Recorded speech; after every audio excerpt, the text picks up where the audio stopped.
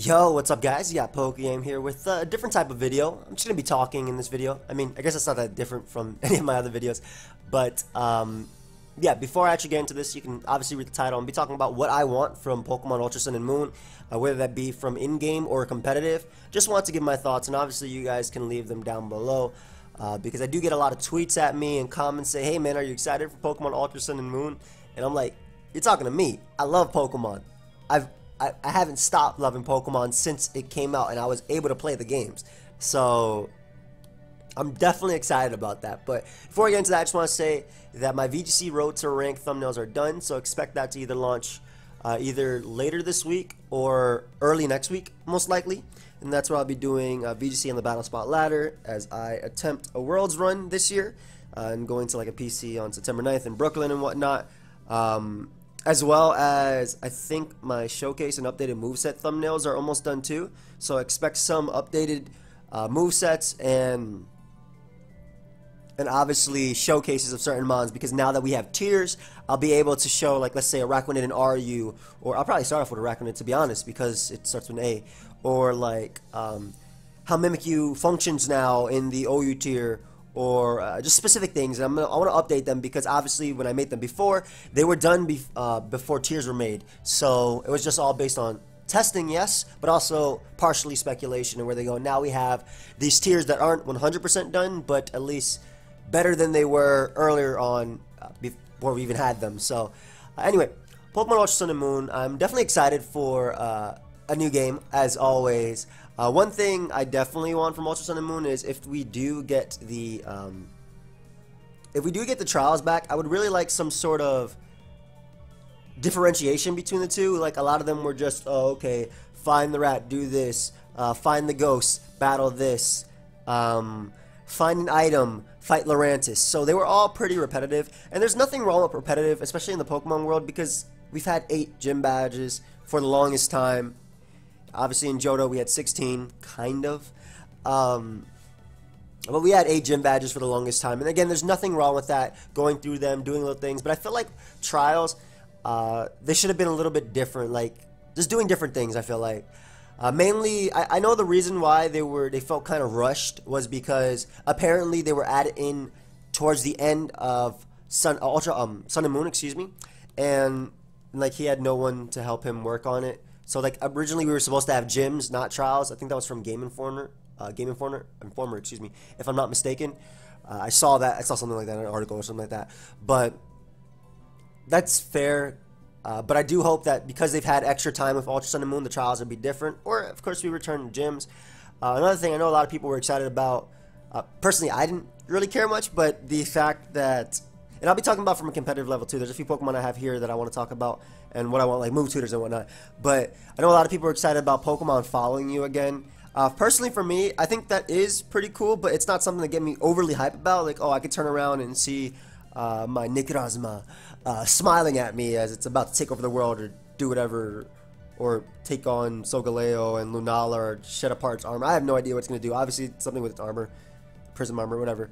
But I think that'd be really cool. I don't think that's honestly a big thing for Pokemon. I really did love it in Pokemon Yellow when I first played it as a child a long time ago, and I can see the appeal to it, and I guess it makes it seem like more like it's not a pixel. So I guess that's pretty cool. I know that we have the battle tree, but I would really love something similar to the Battle Frontier. So like challenges after, not just laddering up and going up and going up and getting battle points, which allowed me to get, competitive items, which is fair, definitely fair. And I actually did enjoy the battle tree. I also enjoyed facing, like, Pokemon that weren't released at the time, like Megalopones or Shell Smash Komos. That's another big thing I want, by the way, and I'll talk more about that.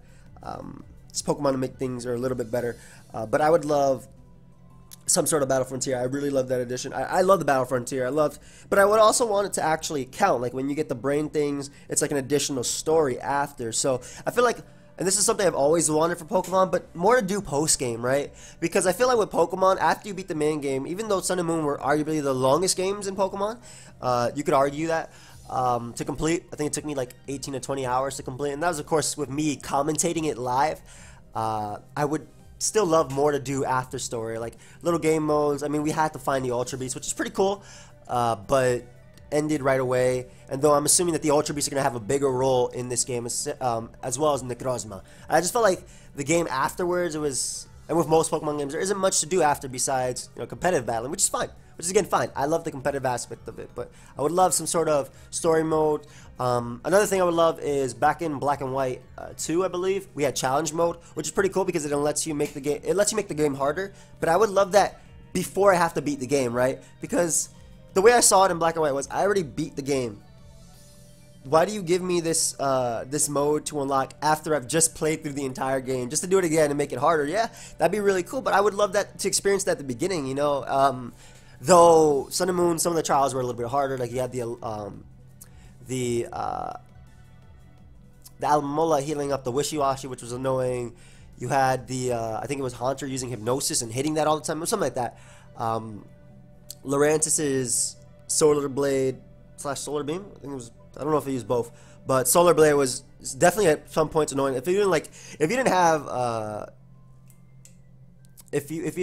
Incineroar, well, obviously not Incineroar, but if you didn't have Litten as your starter, it made that really hard, which was cool. But I would love like something to be harder from the beginning, especially for us, you know, young adults or teens that are playing this game. Obviously, the game is set to focus on kids, you know, but it is for everyone. So, and I'm part of that everyone player base. So I would love a challenge mode from the beginning. I think that'd be really cool. Being able to just make the game harder before even starting it. Though I can understand why they do it at the end, because they want you to experience the same game as everybody else before they make it harder and give everybody 6 Pokemon and maybe random focus sashes and items and healing and more healing items and whatnot. But I can understand that. Another thing I would like, and this would go more so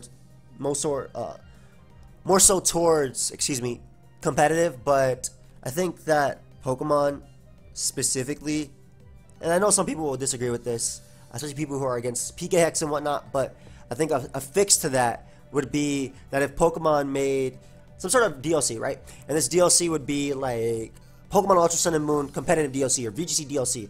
And what this does is like a battle island, and maybe you pay like a $5 monthly fee or a $5 yearly fee or a $10 yearly fee, right? And what this does is it allows you to get a Pokemon how you want. And I'll go into detail on this real quick. So let's say I wanted Araquanid, right? And this is for VGC, right? So I wanted Wide Guard, Liquidation, sure, Leech Life, whatever, Protect with Water EMZ. I don't know exactly the spread. I'm assuming, based on when I played VGC, I don't know if this is still standard. I don't know at all. But, you know, like something like this, right? So Brave Natured, Araquanid, max attack, max HP EV. So this is something I would want for Pokemon, right? By me paying this fee, I would give them the Pokemon I want, and it would be fully EV trained. I'd get it right away. It'd be fully EV trained. It'd be done. It'd be level 50/100, so it'd be battle ready. And the main reason I want this is because I feel like a lot of, for people, and this might cause some controversy, maybe not on my channel, but maybe on other people's channels it might cause controversy if they see this. But I feel like for Pokemon specifically, a lot of the reason that people don't actually, or can't actually get into the competitive scene is because it's not always easy to get the mons. Yeah, breeding, they made it easier for us, but it's still plenty of time. And a lot of the older people, especially in the Masters class, all have jobs, they work, some have families and whatnot. So if we had this thing where we could actually get, and we're not going to see this in Pokemon Ultra Sun and Moon, but this is something in general that I would love to see for Pokemon going forward, and I think that I could really push it into the esports scene. But having the accessibility to all the characters or all the Pokemon, and I know part of the reason that they won't do it is because they don't want Pokemon to be seen as pixels. They want them to be seen as more than that, you know, as friends and whatnot, as Pokemon, which is completely fine. But that's something I just like to see for the beginning. Like you play like a yearly fee, and I'd be able to get a team of 6 that I want whenever I want, and that would just make it easier, I think, for the competitive scene. Because again, part of the reason why I feel like some people can't get into it is because they maybe they don't have the time to breed. And even then, like if you can argue, oh well, it only takes like 2 or 3, 4, 5 hours to get a competitive Pokemon. Yeah, well, a job is from what, 9 to 5. Family, eating, sleeping, exercising, doing all these things. And obviously if you care about something, you'll put time into it, and people do. But I'm just saying, for the competitive scene, I feel like that would be a lot better. That's just my idea. That's something I've always thought about and something I would like. Now, as for move tutors and updated EVs, and I'll probably leave it at this, but obviously Como with Shell Smash would be really cool. The fact that it does have that new Z move, that Omni boosting move, I think that would be pretty busted with Shell Smash. But we did see Como have Shell Smash in the Shell Smash in the wow, I can't talk today, but we did see it today. Always, we did see it have Shell Smash in. I just repeated that 6 times in the battle tree. It had it right, and they patched it out eventually. But I think that would be really cool. That's something that could definitely push it up to OU. With the Omni Z move, I talked about how I don't feel like it would be a ridiculous threat, but I definitely think that it'd be pushed up to either BL or OU just based on its Z move and whatnot. Although I feel like OU can definitely handle it, in my opinion.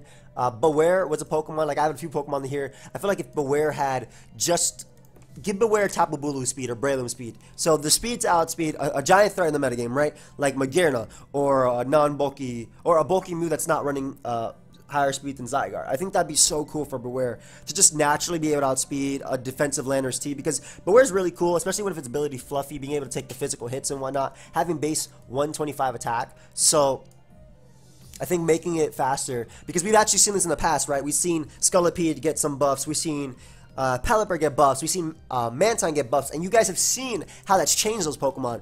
Pelipper getting Drizzle, Mantine getting more HP. You've seen how these Pokemon are actually seen now in OU because they got these buffs. So I really think that if we want to push these Pokemon up, a buff to speed for Beware would be great. Give it at least Tapu Bulu speed, or speed type with Heatran would be really cool, because then you see this mon in OU.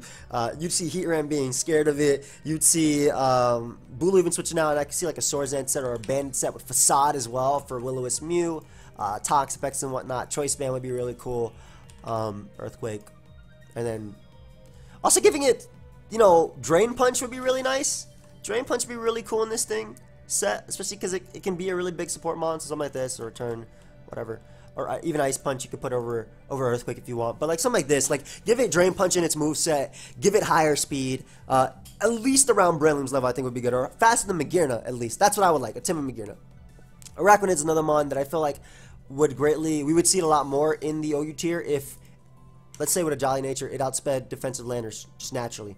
Now, obviously, you want to go adamant with this mon, and being faster than Celesteela is really cool. Being faster than Scizor is really cool. Being faster than regular Scizor. Being faster than Pokemon around that speed tier. Skarmory is really cool, but I think if you pushed it just a little bit up, okay, give it Beware speed now. Give it base 60 instead of base 42. Now, obviously, a lot of Pokemon from Sun and Moon, I want them to get speed buffs. That way they can actually be good, but these are Pokemon specifically that I want to get buffs. And then what I thought about. So, give this thing at least Beware speed. That way, Landers has to fear it. That way, Tapu Fini has to fear it too. Tapu Fini actually has to run speed. At least base 60.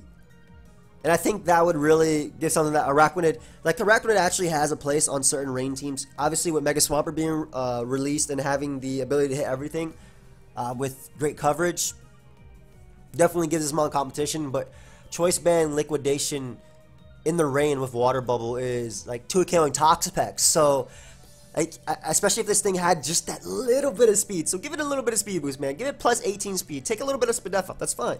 Take a little bit of Spadef out. Give it plus 18 speed. That's all I want for this mon. Incineroar. I don't understand why when Torracat involved... Torracat was the name, right? Oh, please tell me that was the name. It was Torracat, right? Okay, yeah. I don't know when it involved, and we had this cool Pokemon, right? Fire. We knew it was going to become Fire Dark. Or we found out it was become Fire Dark. I don't know why the base 90 mon decided, hey, I'm going to lose all my speed and become base 60. Like, why'd they flip that back? Give it back. Give it base 90 again. Just give it base 90. Base 90 is so good, especially in a metagame where you have Pokemon like Adamant Landorus, you have Excadrill and whatnot. Base 90 is so cool, man. I want Incineroar to get that back. I also put Knockoff here because I would love a knockoff move tutor. Elemental Punch move tutors, that's definitely something else I would like. But I definitely want more speed on Incineroar, especially when it gets Intimidate. I feel like it does have a place in the metagame, having great, you know, pretty decent moveset rather. Flare Blitz, U-Turn, Earthquake. This is just great coverage. And then, you know, this would obviously be your Darkest Lariat, or if it does get knockoff. Because knockoff would be stronger when your opponent has an item. Darkest Lariat would be better consistently. But having obviously knockoff as a move tutor would be really cool. And I would love Incineroar to just get that 90 speed back. I don't know why it got so slow. I mean, it got muscle and whatnot, but come on, man. Just, it's a cat. Give it some more speed. That's how I feel. Obviously, like I said, I do want move tutors. I want more defog move tutors. That way, we have all these flying types, we have all these Pokemon, and I want them to get defog again.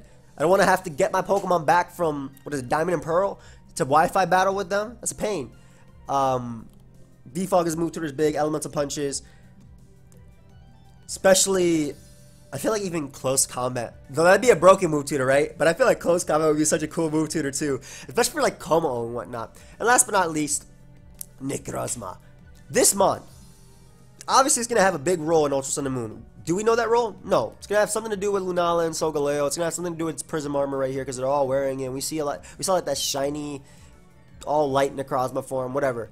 But I needed to get a fighting type attack. Please. Superpower. Aura Sphere. Focus Blast. Drain Punch. Just give me this. Give me this that way. Okay, I gave Draining Kiss by accident. Give me this.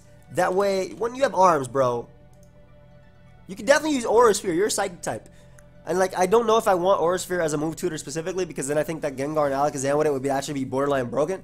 But, at least, okay, this mod would probably be banned if it got a 2. I'm not going to lie. But give it that, man. That way it can be a better sweeper. I can use all-out pummeling. That way Pokemon like Tyranitar, Dark types in general, don't wall me. Steel types don't wall me. Though Steel types aren't really a problem for the Calm Mind Stored Power set. But just Calm Mind, Aura Sphere, Stored Power, Rest. That just sounds broken. Don't gotta worry about dark types. I don't have to run a Hidden Power. Though a Hidden Power can be used, like Hidden Power Bug, for I guess hitting Sableye as well as Greninja, things like that. Even giving a Dazzling Gleam. I think giving a Dazzling Gleam its arsenal would also be really cool.